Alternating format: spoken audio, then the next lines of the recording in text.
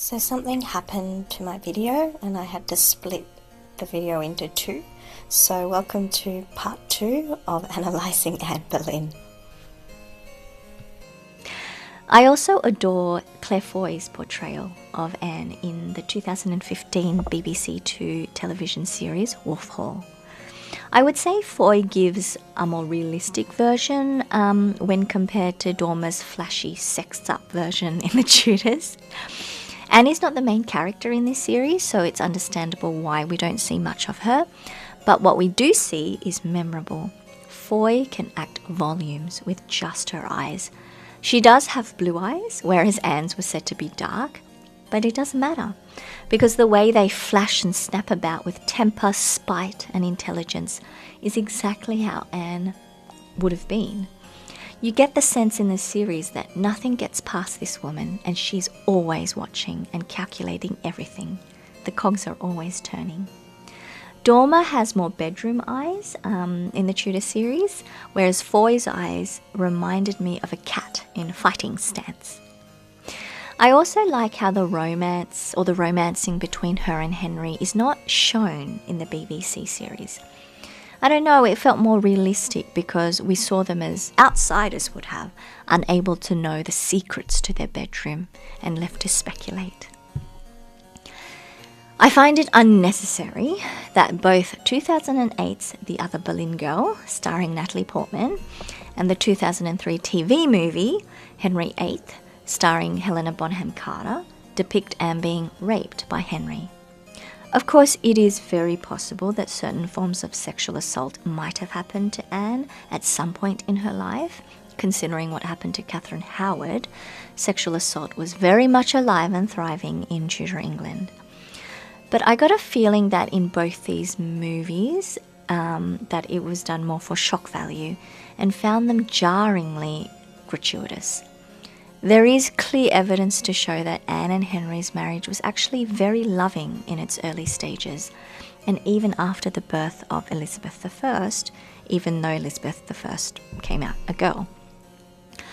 I hardly feel that this would have been the case if their first sexual encounter ever with each other was Henry raping Anne, like she is in The Other Boleyn Girl. But hey, that movie butchers everything else in history, so why not just go the whole hog? I hate that movie. It's so cringe.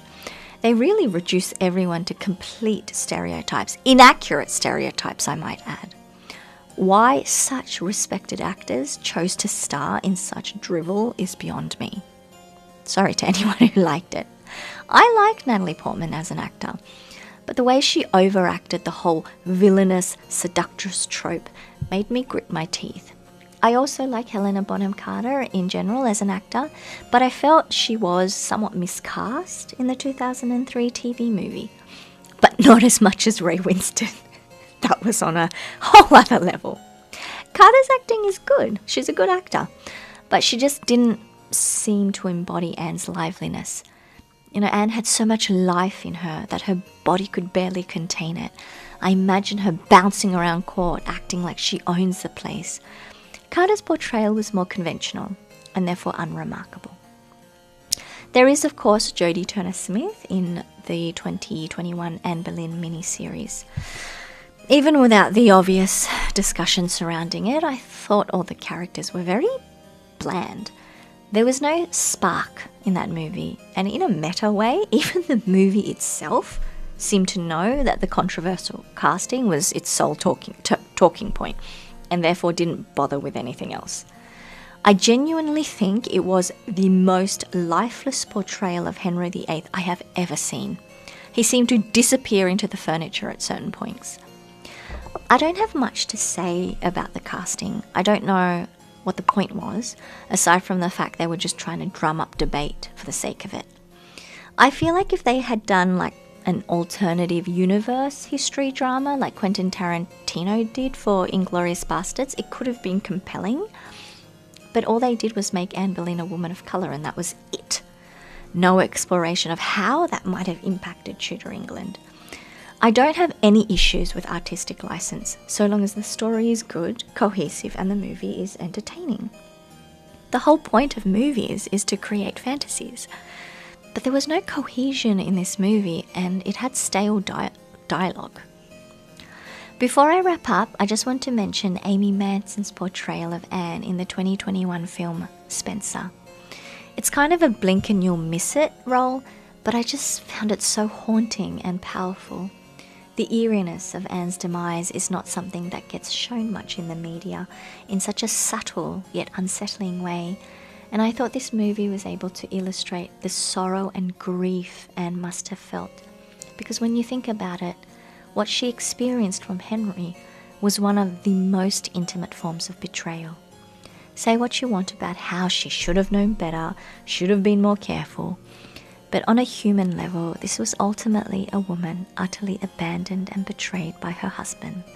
And unlike Catherine of Aragon, who had the Pope and her royal family fighting for her until the end, Anne didn't come from royal status. She didn't have status or power in her own right, which made her entirely dependent on Henry. And once he betrayed her, the pain she must have felt and the loneliness must have been devastating. And in such short, subtle moments, I feel like this movie shows this grief. Anne, as a woman left to die alone in front of a sea full of strangers, enemies, or those seeking ghoulish entertainment. What a way to treat the mother of your child. So, on that melancholic note, I will be ending my video. I hope that my 2 videos have given you something new to consider about Anne Boleyn and her life. Until next time, bye!